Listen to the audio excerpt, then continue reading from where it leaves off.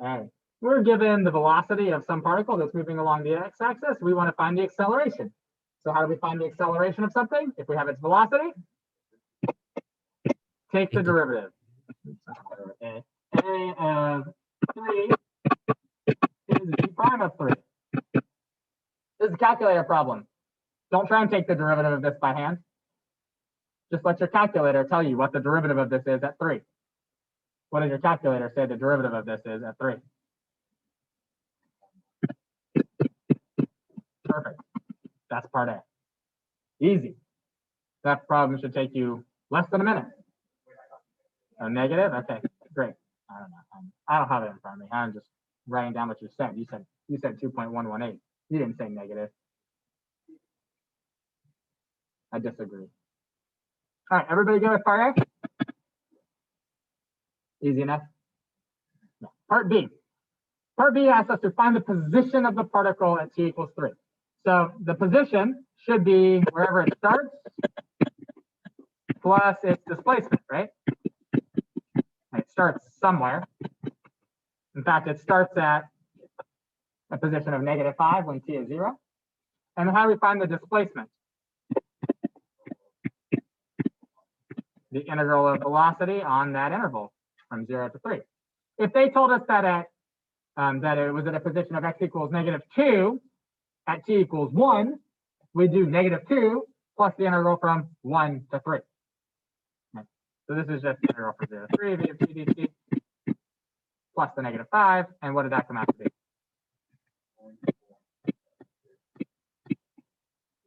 1.760. Write the 0 on the AP test. If the third decimal is a 0, write that 0.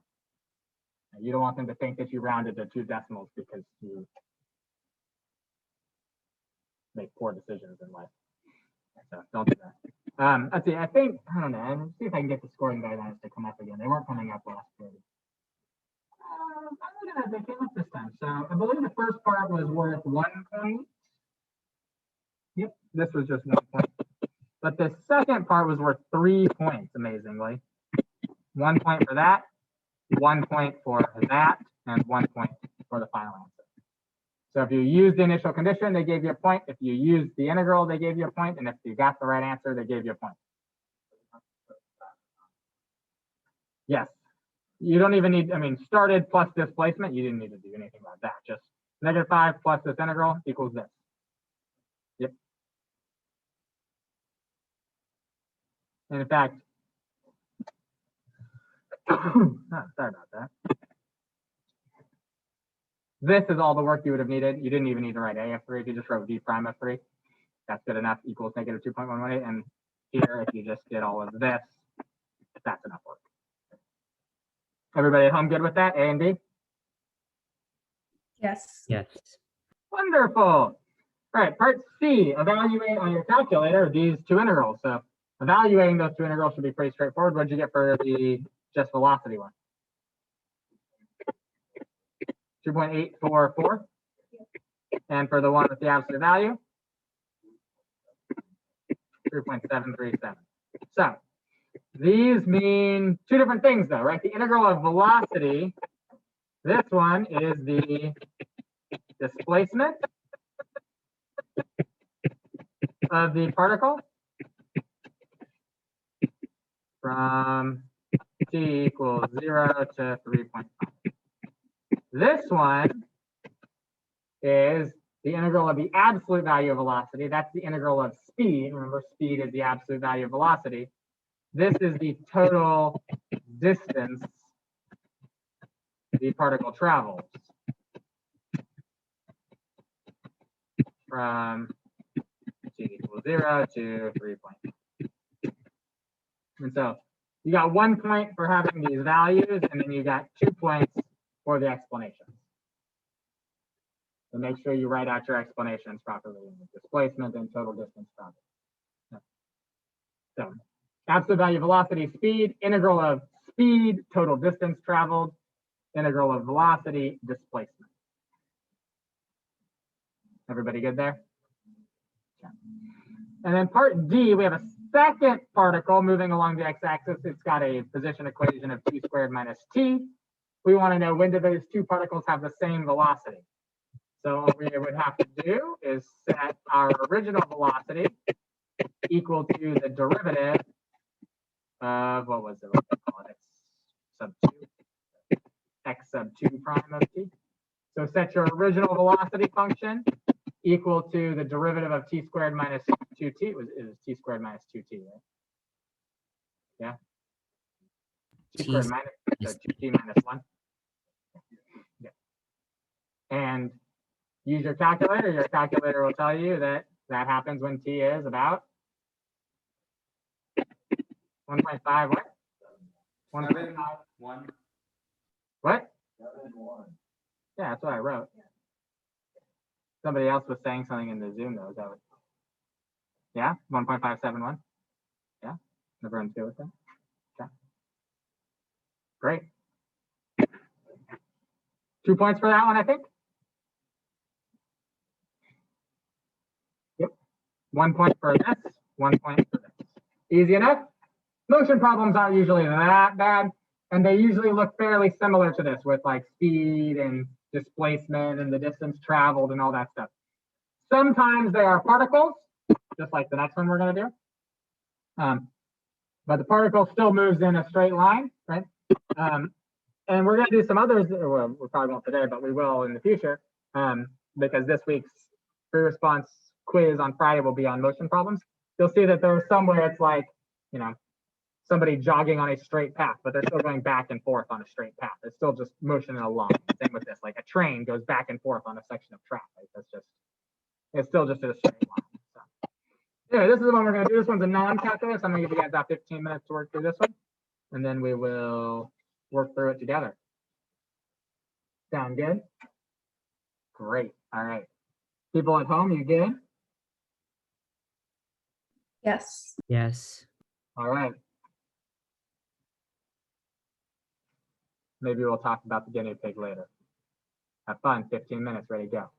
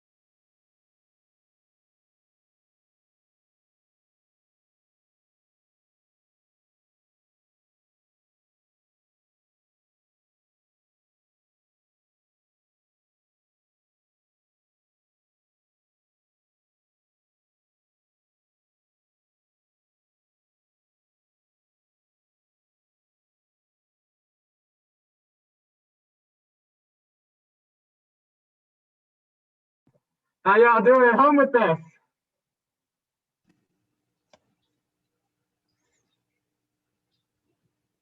Hello? Hello? I'm almost done. You're what? You're almost done? Almost. Almost. Should I give you like 1 more minute? 2 would be nice. 2. You have 2 more minutes. That way Melanie will still be able to finish copying the problem down.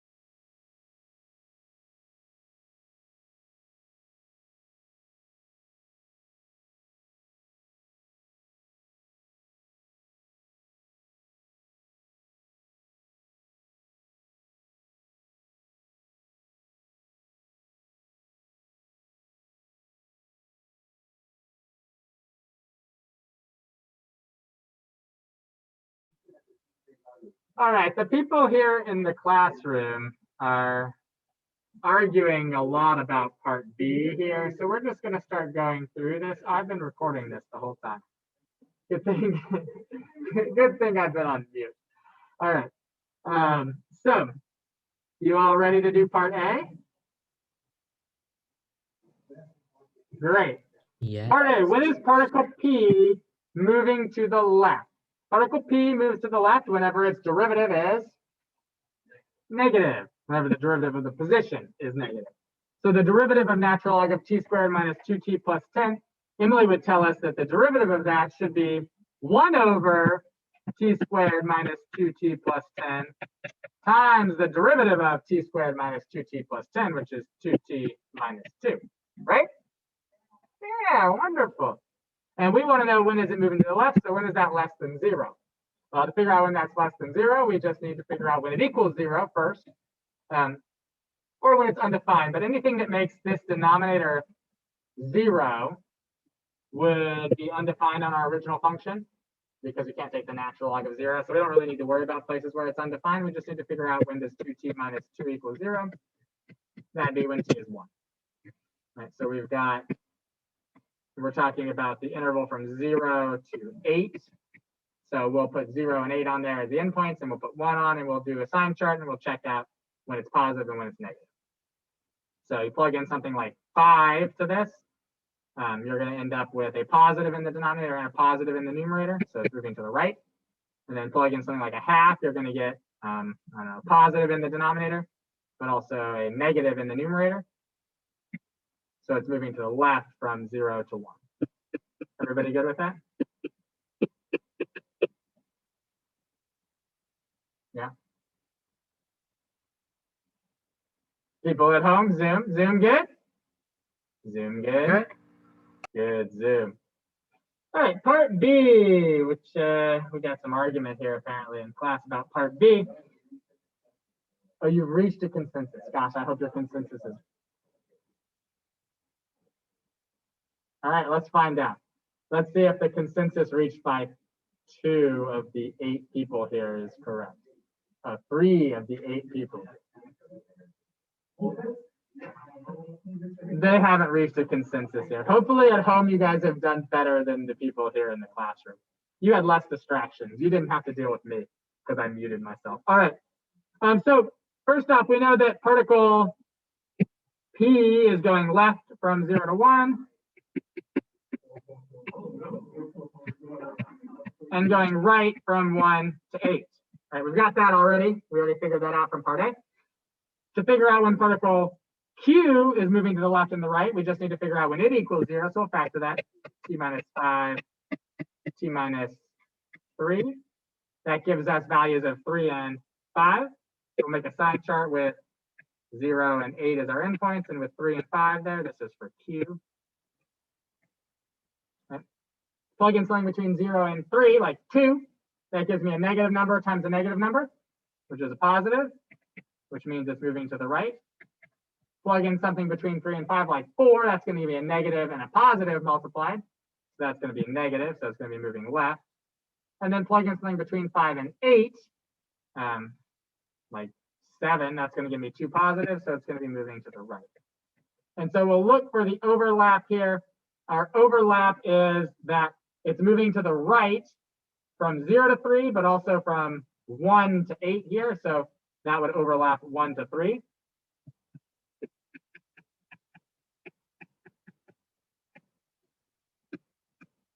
And also it's moving to the right from 5 to 8.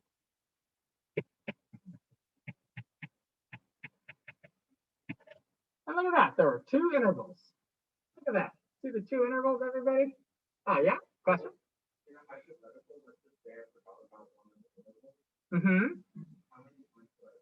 So hypothetically, if you forgot about one of the intervals, you would get 1 point total if you had correct analysis for that. So the point breakdown, it says, is you get 1 point for the intervals and 1 point for all of this analysis here. Okay. But it's specifically in the scoring guidelines for this one says 1 out of 2 if you only have 1 interval with analysis. And it says 0 out of 2 if you have the intervals but no analysis. Hopefully you'll get 8 out of 9. That's better than 0 out of 9. Yeah. Any questions there on part B? Zoom, good? Yes. Good, Zoom, you sound so. Wait, I have a question. Oh, question, yeah, what can I do for you? So if we figured out like for particle Q, one is moving left and right, but like not in terms of a sign chart, like just in terms of like math, and then compared the two, would that be an equivalent, like a sufficient description part? I mean, I don't know. What do you mean that you figured out when it's moving right and left by math? That's not very specific.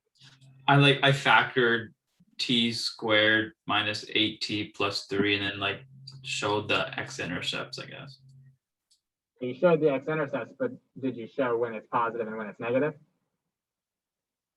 I just wrote that Q is moving right from 0 to 3 and 5 to 8, and then left from 3 to 5. I mean, as long as you had a reason why it was moving right and left on those intervals, then that's fine. Okay, so I have to write out that. Okay, thank you. At least some explanation, yeah. Yeah. Any other questions? I have a question about part A. Question about part A, Or okay? I think. Isn't it also a point of interest when it's undefined? Yes, so normally we check for when it's undefined, but I've said here that if this is, the denominator has to be 0 for that to be undefined. And if that is equal to 0, that's the same thing we have here, right? And if this equals 0, if the t squared minus 2t plus 10 here equals 0, then this one also equals 0, and that gives us the natural log of 0, which doesn't exist. Oh, okay. Any value that makes this 0 makes the original function undefined, so it's not a critical value. Okay, thank you. Also, there are no real values that make t squared minus 2t plus 10 equal to 0, right? because if you try to use the quadratic formula on this to solve this, you end up with this, right? And then the thing inside the square root there is negative 36. And so you can't, you don't get any real solution. Okay. Yeah. But yeah, normally you would check. That's correct. Okay, thank you. Any other questions, anybody at home or here?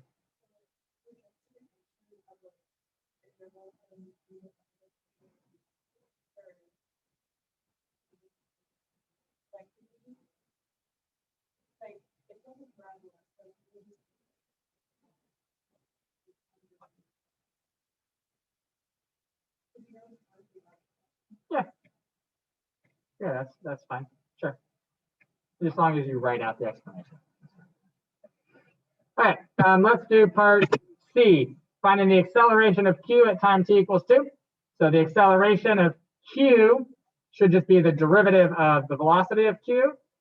And so we will find the acceleration of Q is v prime of Q, which, what was that? It was t squared, right? So 2t, and it was minus 8t, so minus 8. Then the constant goes away. And we were evaluating that at t equals 2, which ought to give you negative 4. So that part was pretty easy, beginning of part C. Then it asked about the speed. And so it's something we talked about a long time ago. Speed increases if velocity and acceleration have the same sign. Speed decreases, and this is in that document that I was like, you should know all these things. Speed decreases if velocity and acceleration have opposite signs. So the one that says A/B test reminders. Yeah, though it's like 7 or 8 pages at least. It's the one that I like typed up. That's all my stuff. Not that those other two are like I stole them from some. I didn't steal them, but somebody gave them to me when I first started teaching this class because I taught the class before. So I use those, but then the longer one is one that I typed up. So yeah, that's it. So we know that the acceleration has a negative sign to it. So then we need to figure out what is the velocity of Q at t equals 2. And what was our function? It was t squared minus, well, we don't even need to figure that out because we know that at t equals 2, we already did it in the part B or something. What was the velocity there? It was greater than 0 at t equals 2. So we would say speed is decreasing, and you would write out speed is decreasing because the velocity and the acceleration have opposite signs.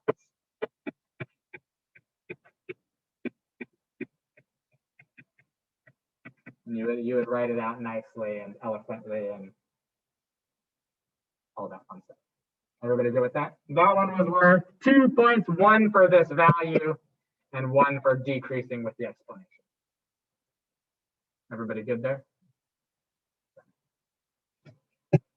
And then for part D, find the position of the particle, Q, the first time it changes directions. Well, the first time particle Q changes directions is at t equals 3. So we're looking for the position at 3, remembering that the position is just the initial position plus the displacement. So our initial position is that it's at 5 at t equals 0. So we want 5 plus the integral from 0 to 3 of v sub q of t dt. And since we don't have a calculator, we'll actually do the integral. The integral of v sub q, that was t squared, right? So t cubed over 3. It was minus 8t, so that'll be a minus 4t squared. And it was plus 15, right? So it'll be plus 15t. 0 to 3. And we'll note that when we plug in 0 to all of this, that's just 0. So we can ignore that. Don't always just ignore it if it's a 0, but if it's a polynomial, it'll be 0, right? But if you have like, suppose you have a cosine in there, right? Cosine of 0 is 1, so don't just ignore it if there's stuff in there that doesn't actually make it 0. Anyway, we get 5 plus 3 cubed over 3. That's 27 over 3, which is 9. And then we got minus 9 times 4, which is minus 36. And then we got plus 45, which looks like that comes out to be 23 if I did my arithmetic right. Okay. Yeah. And that was worth 3 points. 1 for the initial condition, 1 for correctly integrating, and 1 for the final answer. Did you get your 8 out of 9? Oh, good.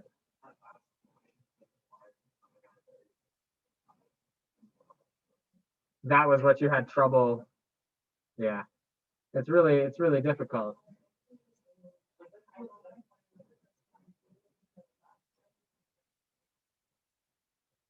You got what?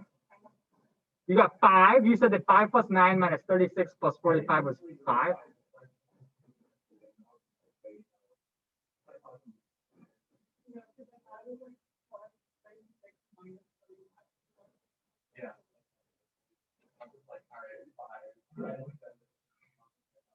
So the people that are here in the classroom right now are having a lot of trouble with basic arithmetic. Are you all at home okay with your basic arithmetic? Or did you successfully do 5 plus 9 minus 36 plus 45 and get 23?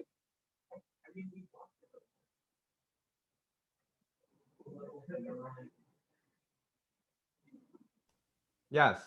Okay, good. I'm glad that you guys at home are more capable of arithmetic than the people here.